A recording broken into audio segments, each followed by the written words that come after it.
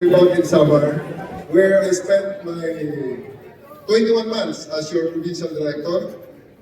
Dito nakita ko ang so many of the policies that you see now in the PNP I developed here in Samar Province. Marami rito sa mga ginawa ko rito na with the support of the local government ay inyong nakikita na ginagawa ko sa ating buong bansa.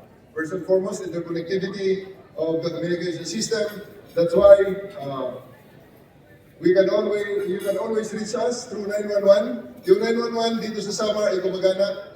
If you will test it, you will hear Camp Rame to be answering you and susuporta natin sa training na nakuha ko dito sa Samar, nagagawa natin ngayon sa buong bansa. Susundan ko lang ang sinabi kanina ni Governor sa ating one values, which I believe is really the key to peace and order. Dito natin nakita sa Samar. Meron tayong naging reputasyon dati na hotbed ng insurgency. Nasa ngayon naman ay kitang-kita na wala na ang insurgency ngayon. Pagkakalan natin ang sarili. And for that, I extend to you my sincerest gratitude as a law enforcer and of course as a Filipino. Dito sa Samar, nasolve yung insurgency. Sa ngayon, mabilis na ang ating progreso. Wala nang hadlang regarding sa peace and order. Dito sa Samar, yung sinasabi ni Ma'am na masters kanina, yung masters ko ay nandyan sa Samar College. Ay pala kay Sir Rep. Lucero Mixon. I took up a master's in education, major in educational management in Samar College. Diyan ako yung master's na ginawa ko. Diyan na-open din ang aking mga mata sa kung paano ang education ay maging part at maging instrumento ng kapayapaan dito sa ating bansa.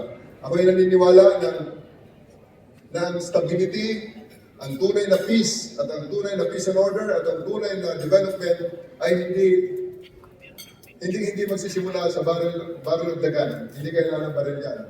Magsisimula yan sa dulo ng ballpen, sa dulo ng lapis na ginagamit ng ating mga kabataan sa tulong at sa guidance ng ating mga guro. Palakpakan natin ang ating mga guro.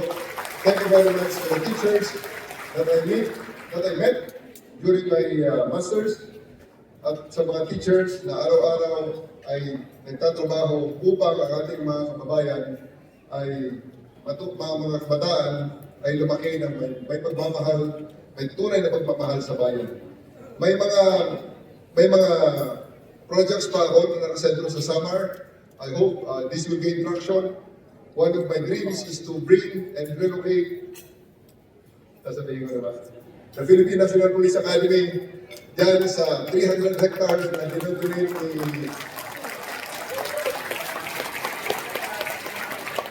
ng Samar government sa area ng Samar Island Natural Park. May area tayo dyan.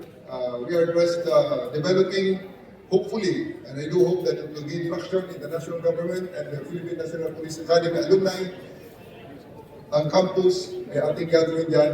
That will be the premier training institution of the officers of the Philippine National Police.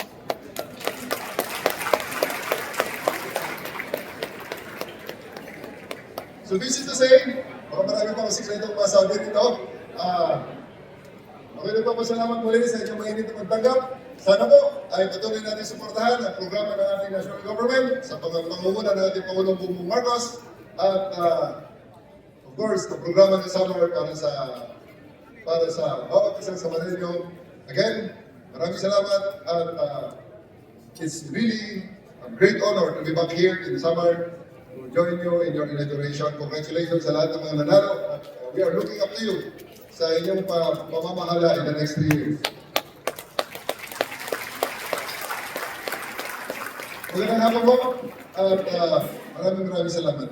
Once again, ladies and gentlemen, PNP Chief Police General Nicolas Torre III.